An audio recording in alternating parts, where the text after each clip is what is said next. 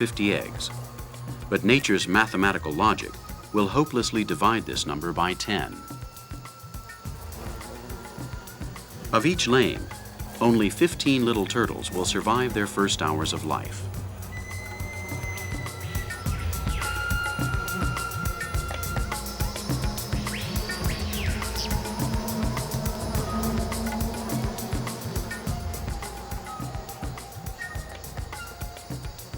The caracara and the urubus have been waiting at the door of this nursery for river turtle for a week.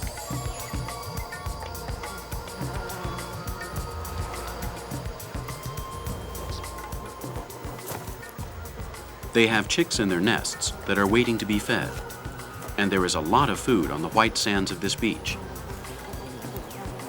A lot of food. These predators form a part of the complicated crossword puzzle into which these turtles have come into the world. And their hunt is in itself part of the ecological balance that suits us all. But in this region, man entered the scene a number of years ago, taking 58 million eggs away in one sweep. Gaspar's watch has put an end to the greed of those people. There were a lot of tortoise hunters in the old days, but this activity has stopped since we're here. The traders respect our work and no longer come around. Not too long ago, they would come and take thousands of tortoise, take the eggs to make a fat out of it and sell it in Sao Paulo or Rio de Janeiro. It was used in cosmetics. Our work takes place on 6 beaches. Now that they feel safer, the tortoise that disappeared years ago are coming back. And it's great satisfaction to see them breed on these beaches year after year. What this man avoids telling us is the difficult fight he has had with the turtle egg dealers. Today, with victory on his side, he prefers to enjoy the sight of the small turtles on Das Mortes River.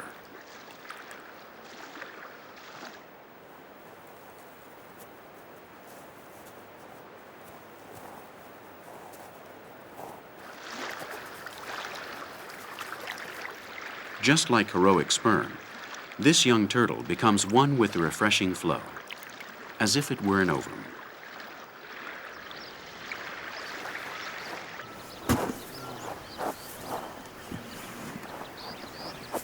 From this moment on, Gaspar's work is over. Life goes on by itself, reproducing and renovating itself each year. Without any economic assistance from the government, this administrative employer manages each year during his vacation period to set up an operative system in which 10 men are involved.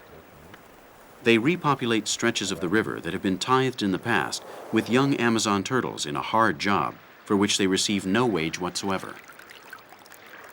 They work because of their love for life, their love for the river, with the only objective of assuring a site like this one for their children, when they themselves are no longer here.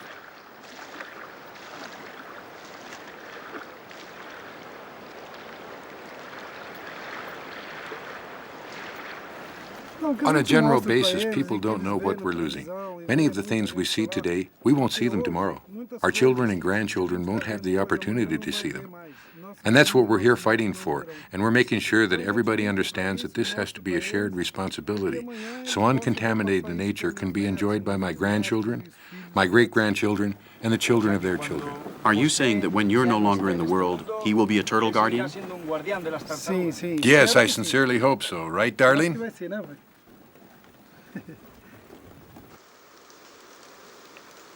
The same rain that in the previous story worried the brainy NASA scientists sprinkles Gaspar's hope. The water cycle is closed, just and necessary, an essential element for the glow of the orchids and the heartbeat of the turtle.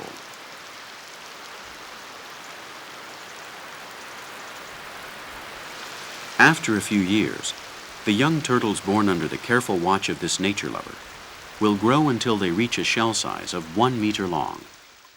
They will be Amazon turtles. Podocnemis expansa, the largest turtle on the planet. A miracle to which this great man, Gaspar, has contributed.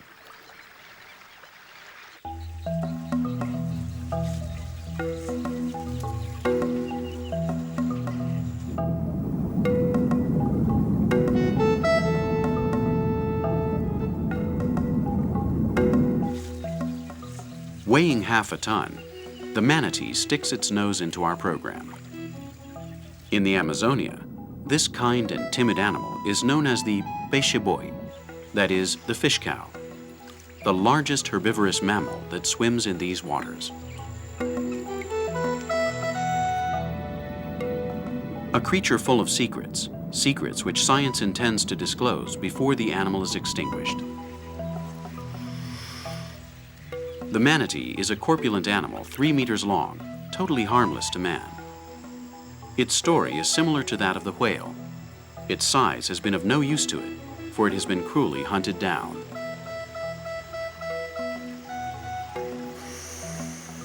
It was hunted by the thousands for its meat and fat, and today, the peixe-boi is a true fugitive in its own home.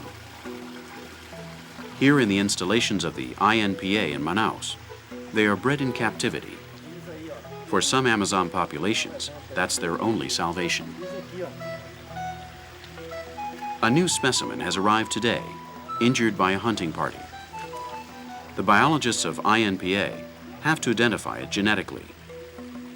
Thanks to the study of its DNA, they will soon find out if it is a manatee that can be crossbred with the others that already exist in the center for future reintegration in their natural habitat.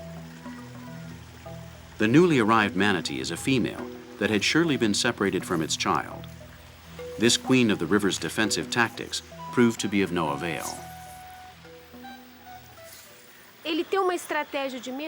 The manatee has an underwater diving strategy, which we call bronchocardio diving, and consists in reducing the cardio frequency when it dives, blocking the peripheral circulation, maintaining only the brain, heart, and lung circulation.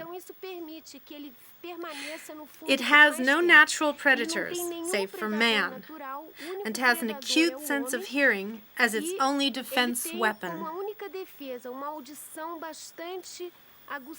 The manatee perceives sound and movement beforehand, and therefore has time to hide. By remaining still in the bottom, it can avoid being attacked by its only mortal enemy, man.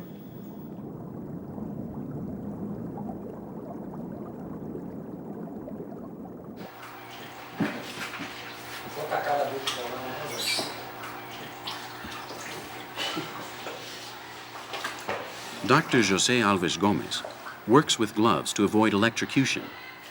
He has just captured a puraqué, an electric power plant of the Amazons.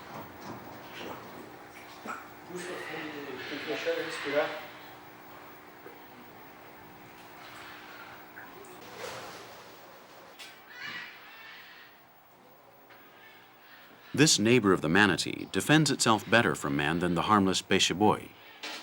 Its Latin name tells it all, Electrophorus electricus. With just this size, this specimen can give electric discharges strong enough to light 5 100-watt light bulbs. A machine capable of administering 5,000 of those electric discharges in just 1 minute, causing the death of its prey. A larger specimen, for example 2.5 meters long, generates 1,000 watts, high tension in the river. The electric material that covers its backbone inspired the inventors of the voltaic batteries.